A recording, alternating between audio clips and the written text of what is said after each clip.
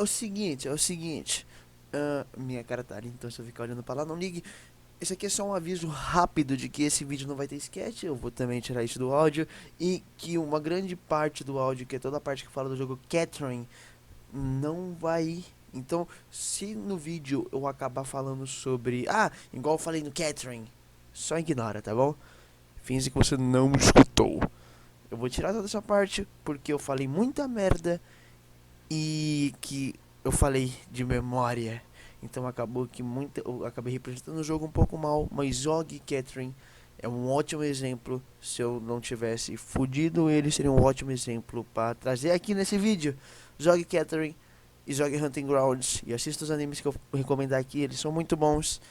Falou isso aqui, ó. Vai ficar no início do vídeo. Bye bye.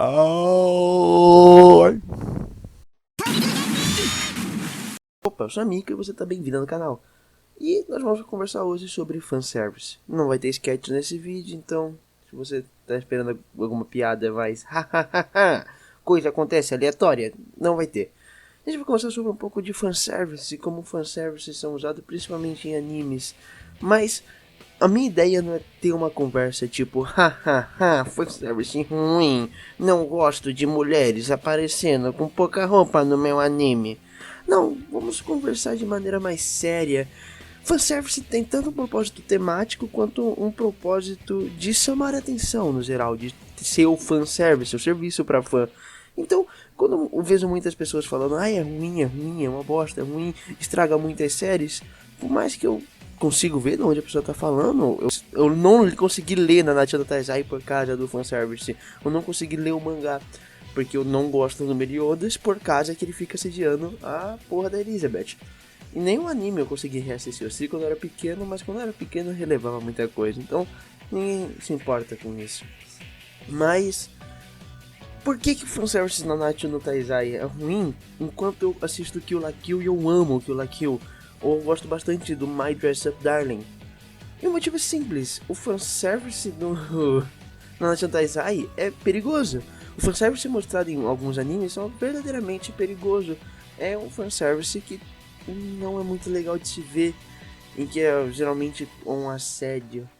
Enquanto se você pegar, porque Kill la Kill não é muito melhor, mas se você pegar o Kill la Kill, que é um ótimo exemplo que eu posso dar, o fanservice tá lá com a ideia temática de que a personagem ela tem que aceitar quem ela tem que aceitar quem ela é e pelo corpo dela também, porque o corpo é uma maneira de se demonstrar, é um tipo de linguagem também.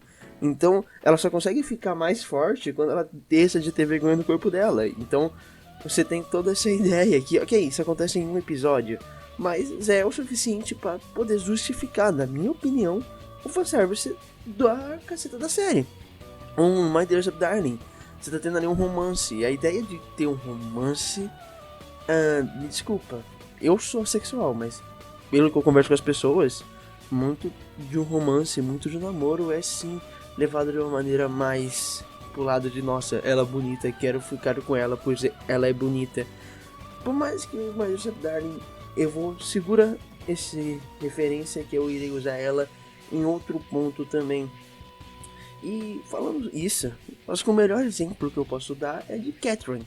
Catherine não é um anime, mas é um jogo. E Catherine, o fanservice, a sexualidade dos personagens é muito bem representado porque o jogo é literalmente sobre isso. Esse é o tema principal do jogo. É exatamente sexualidade, é exatamente, porra, estou com tesão, quero transar. Só que visto de uma maneira muito mais matura do que eu estou explicando aqui. E é sinceramente um jogo muito bem escrito. Mas outro exemplo que eu posso dar é o Call of the Night. Você já deve ter visto esse anime em que o eti de uma personagem da Akira, quando tá tendo uma cena de bastante atração entre o protagonista e ela, é que tem o eti com ela, e não quando todos os outros momentos com ela não tem isso. Mas quando os dois ali estão se conectando, os dois estão conversando e estão se tornando amigos, que você faz, que tem um eti com ela mostrando essa conexão que vai sim, muito corporal.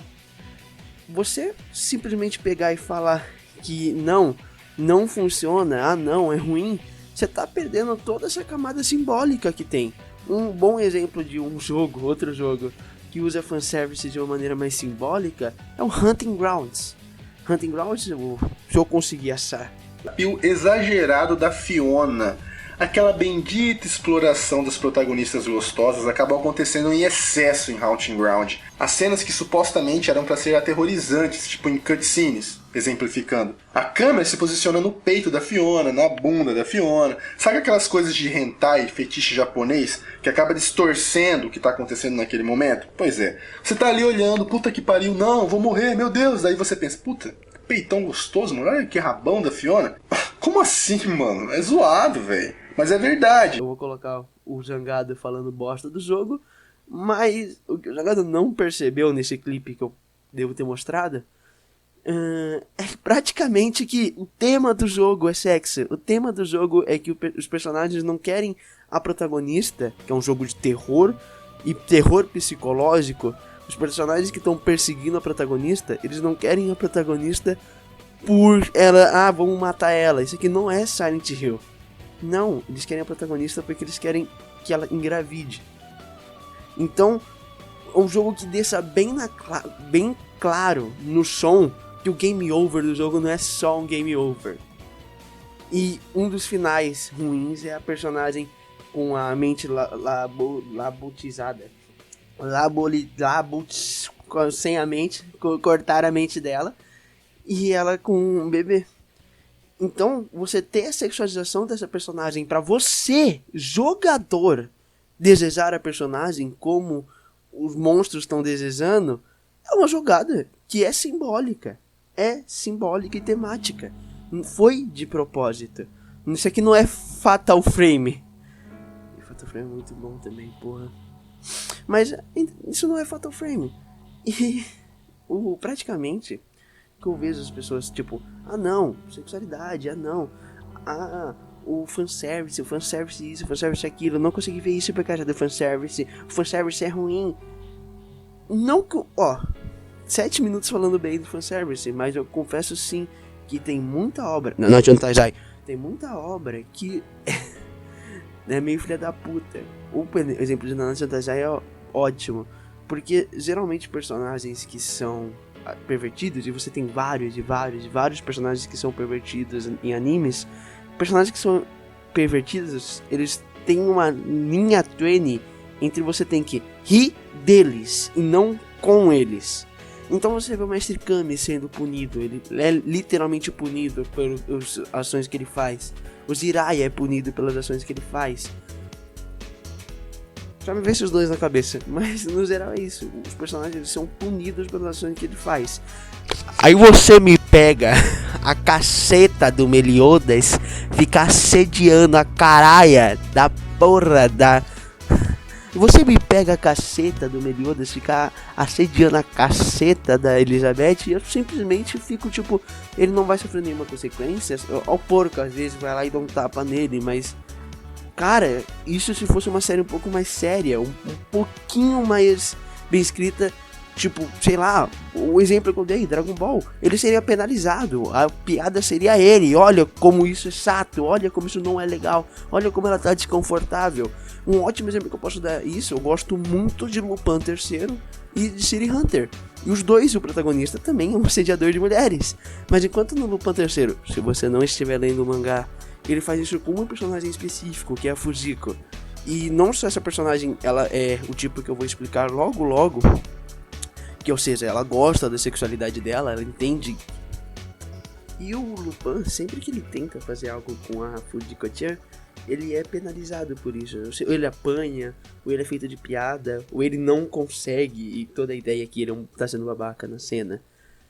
E por conta disso, o Lupin é um personagem que, mesmo que ele seja essa espécie de Meliodas, você não sente o repulso se você não estiver lendo o mangá, você não sente o repúdio que eu sinto do Meliodas. Ou o caso de City Hunter também é a mesma coisa.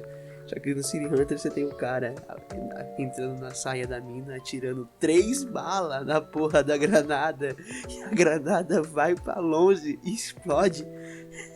City Hunter é muito legal. E é literalmente uma cena de piada, e pra mostrar tanto que o cara é foda. Mas ao mesmo tempo, depois que isso acontece, ele leva um sacode. Por quê? Porque a ideia não é essa. A ideia é que o personagem, você tem que rir dele e não com ele. Uma coisa que eu falei ali da Fujiko-chan, que ela gosta da sexualidade dela, é algo que também é muito importante na minha opinião. Porque Kill la Kill, vamos falar, nem todos os exemplos que eu tô dando aqui são perfeitos. Às vezes eu pulo sim algumas cenas de Kill la Kill, mas Bayonetta, a Catherine com C, a Fujiko-chan, são personagens que elas gostam. Elas não se sentem ofendidas, elas sabem que elas são bonitas, mas muitas vezes elas estão usando as roupas que elas querem, e às vezes é porque ela quer. E eu não entendo porque uma moto do capeta, eu não entendo porque uma personagem também não poderia usar isso, não poderia, se ela gosta, se a personagem tem a personalidade e cabe na personalidade dela usar certas roupas ou fazer certas poses, não, sinceramente pra mim, não tem problema. Das artes eróticas que você vê é pelo belo. Se você pulsar lá antigamente, faculdade de artes, bora lá, faculdade de artes. Se você for pulsar pela história, você vai ver lá os caras. Porra, por que você acha que as esculturas romanas, as esculturas gregas, era tudo de homem bombado, muito foda e pelado? Você realmente acha que os homens era simplesmente só... Ah, não. Estudo de anatomia aqui. Não, era porque o pessoal gostava. É renascentismo também, muita gente pelada, muita gente nua. Por quê? Porque era legal, porque era gostava. O eroticismo tá sempre acompanhando a arte de alguma maneira. Então, hoje em dia, quando tá tudo muito filha da puta, você tem o artista de hentai, o artista not safe for work. E esse cara é normal, é literalmente como qualquer outro artista e qualquer outra pessoa. Eles não são dependendo da pessoa, não vou defender, eu não conheço eles, eu converso com alguns só. Mas a maioria deles, pelos que eu posso falar, são seres humanos completamente comuns. Eles desenham aquilo porque eles gostam daquilo, eles estão horny às vezes, eles estão com o T. Ok, último tema. Eu vou falar que essas obras muitas vezes são feitas por mulheres. Tipo, Ranma Meio, que é um dos meus mangás favoritos, ele tem bastante sexualização de personagem, é feito por mulher. O Mind of Darling é feito por mulher. O Mind of Darling, ele tipo... Porra, o pessoal falou muito mal e muita gente não assistiu por causa da sexualização da personagem, mas tipo... ela não liga, ela não importa, é muito da personalidade dela, de que ela é meio estranha socialmente.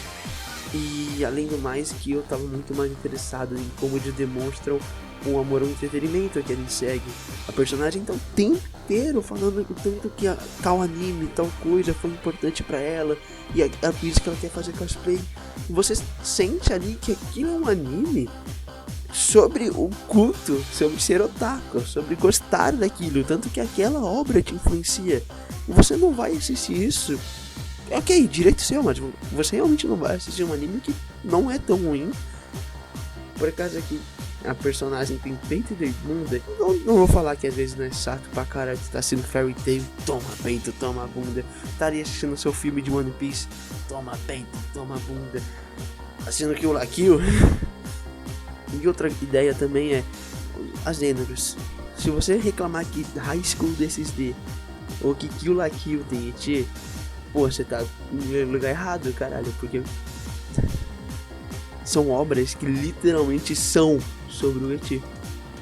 Essa é uma conversa que eu queria dar hoje. Eu não dissertei muito, só dei minha opinião aqui. E é isso. Bye bye, falou. Assistam Kill la Kill.